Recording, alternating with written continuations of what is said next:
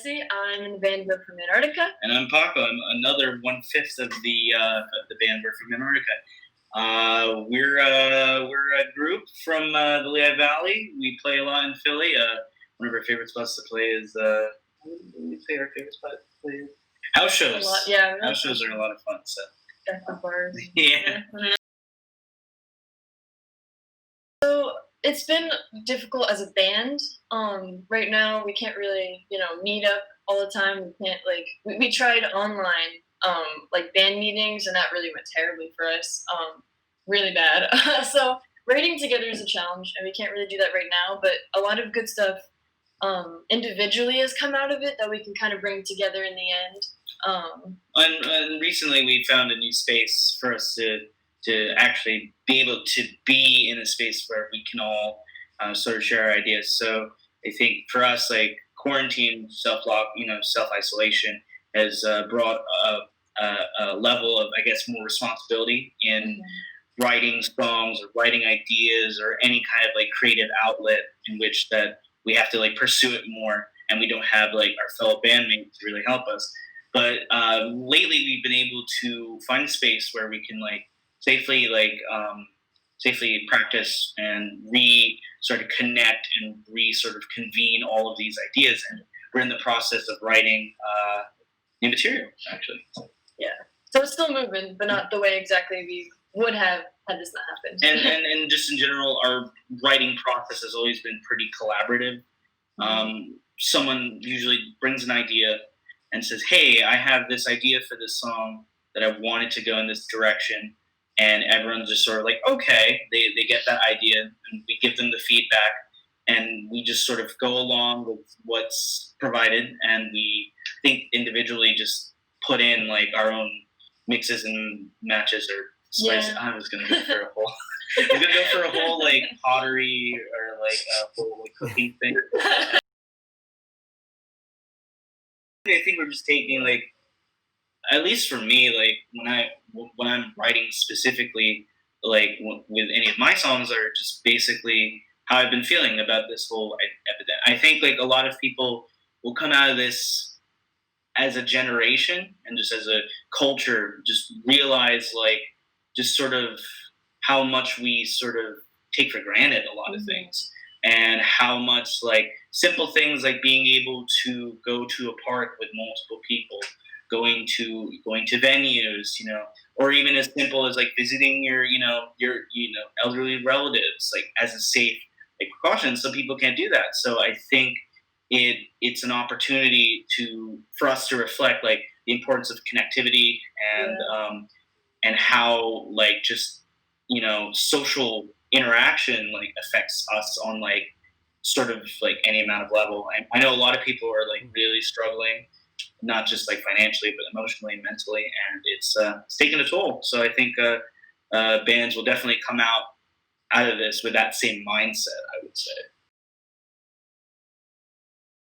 Yeah, I think we did actually try a different platform. Was it Bandsicle or? I think it was Jam Kazam. Yeah, we tried that, and I think the main issue was, like you said, latency.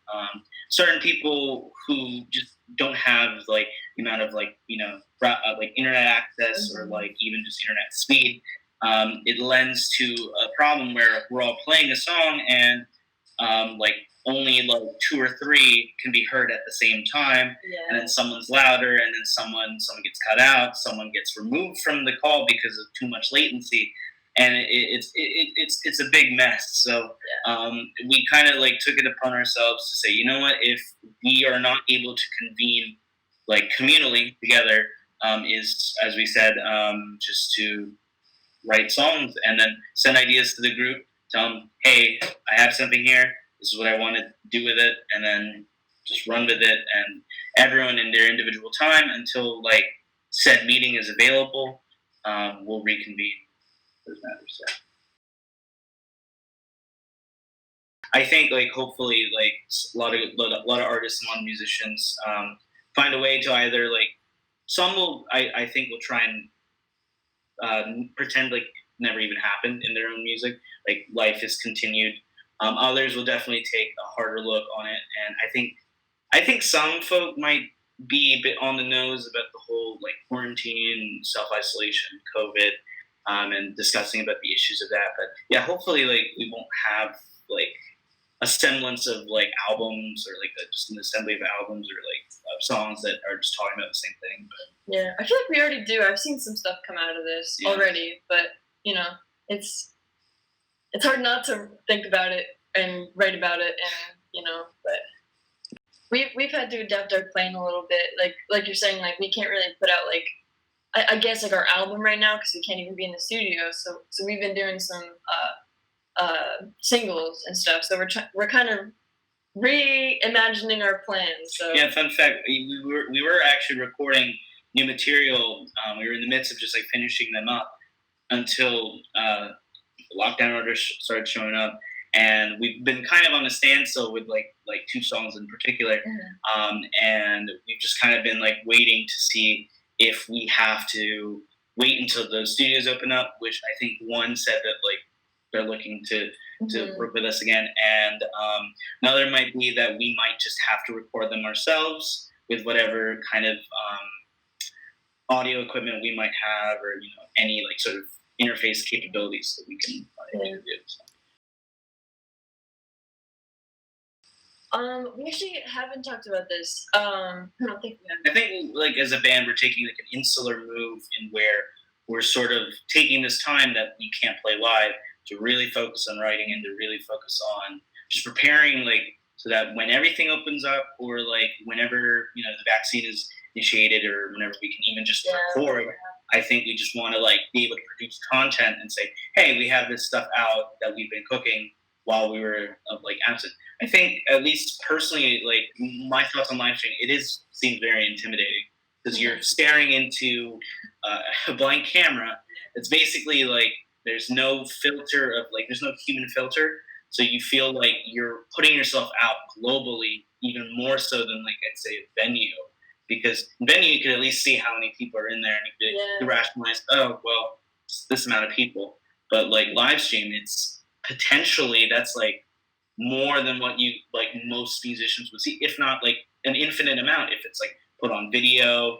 But I guess with video there's multiple retries and there's multiple like sort of like editing that you could do. But with a live stream it's like kind of like you gotta be on your A game, even though it's kind of hard to get to that mindset because you're not seeing like the audience and connecting with them, at least for me. So yeah, I feel like there's definitely a disconnect with an audience. You know, you don't get that energy is lost a little bit. But something that's unique that I was kind of thinking about the other day, like, again, we haven't really discussed this like as a band, but you know, this, like you're saying, this is like a global thing. So there's got to be places in California, in you know Virginia. There's like places everywhere that must be doing this. So one thing that I can think of that would be really cool is like you know participating in other areas like open mics. You'd have to find them, but like you know that there's an opportunity for a wide outreach in live streams that you know you don't have to go anywhere. You're right where you are, and you're in Virginia performing. Like, so I don't know. Yeah, you're in Japan or like you could be anywhere. Jess has performed live. I'm not live on Instagram, if I should say. Yeah. Oh yeah, that was one of the topics that you wanted to discuss. So yeah, obviously we can't as a band right now. But there's like a local venue around here that kind of went to a different platform kind of thing. I don't know how to explain it, but we're doing these live streams and like open mics and stuff. So I did one on my own, and it was like very intimidating, very weird not playing with my band, very weird not playing like in front of people, just very awkward. But at the same time, it was really cool. I don't know. It's an interesting thing because I've never seen it before this. So I mean, the way we generally do things is merch at shows. But we've discussed a little bit. I don't remember which one it was. I think we were like talking about a Patreon. I think it like for us, it's definitely it's feasible. I think for certain mediums to go the Patreon route. In the sense that if they're able to produce content on the level of the efficiency of just doing it like at least every month or every like 2 weeks or however much they want to like produce it, depending on the medium in which the artist is working under, it kind of like puts a level of that you're monetizing it and it's direct and people can like donate as much as they want based on like the tiers and they get rewards and certain that. I think for us it was like a challenge because we felt that like our creative process is we're so meticulous as a band. We're very like we're perfectionists all the time, so we wouldn't want a lot of times like we'll look at a song over and over again. We'll sit on it for like months, and we will wait until it's like absolutely perfect until we put it out. And I think maybe in the next coming months we might loosen up with that and we might switch over to something like that. We've also I think Bandcamp and also just the traditional methods of just platforming your music out to different platforms is I guess another way that we make a little bit of money. Just in a little. Awesome. Okay. So I like to do a lot of stuff all the time. All the time. Like a lot of stuff in general. All. So I kind of picked up like painting again. So that's been kind of cool. And that's like I feel like everything is kind of connected. So like thinking about painting and stuff, it helps me think about like what can we do for album art, or like this is a cool concept. Like how can I write something about this? Or so I've been kind of reaching up in that aspect. Also, I started animating some stuff. So like which is really cool. Like it's difficult. It takes a long time, but like just drawing, like taking things that I draw and then animating it. That's been really interesting. I've taken myself back to when I was just learning guitar and just learning songs and for fun, even if they're not personally like my genre. I guess whenever there's a camera available, I personally like doing photography. What do you say? Anywhere. Literally anywhere. I'll go anywhere. Preferably, it would be just a venue where we can connect an audience. That's I guess for us. I think it's less the place and more the connection we have with the people who come by, the people who just are just there, people who pass by. I think for us, like we find it most fulfilling when we connect with anyone with our music, or even they're just saying, oh, it's a band playing something. It's sort of like at least for me, I'm like, yes, this is what I want. We played at the Voltage Lounge when they had this crazy accident during our set. Yeah, parking meter got knocked over. Yeah, some guy knocked. It was crazy. I think some guy knocked over. No, some guy crashed into someone, but then tried to drive away and then hit the parking meter. Right. It was during our set, and I remember no one was in the room, and we're like, "What is going on? Are we that bad?" Yeah.